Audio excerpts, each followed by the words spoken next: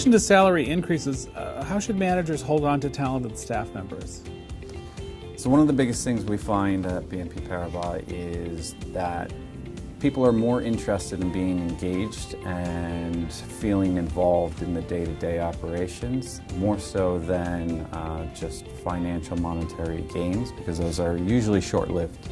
So if people see what their work is going towards and what they're actually progressing to, they actually have more buy-in on the day-to-day and keep themselves motivated themselves. How should a performance team manager handle a staff member who is unhappy in a supporting role and wants to have more of a decision-making or managerial responsibility?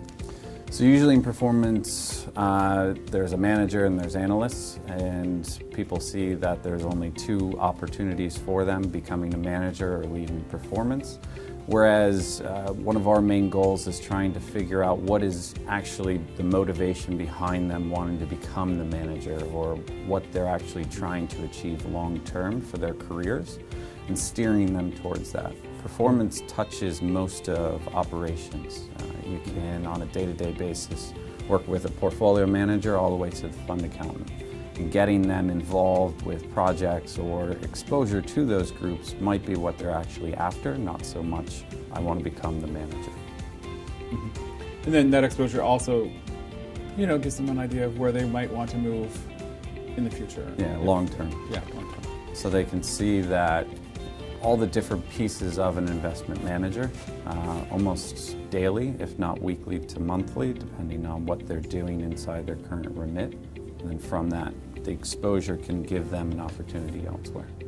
What are the best morale boosters for the performance team? I love to call performance analysts lifeguards at the waterfall.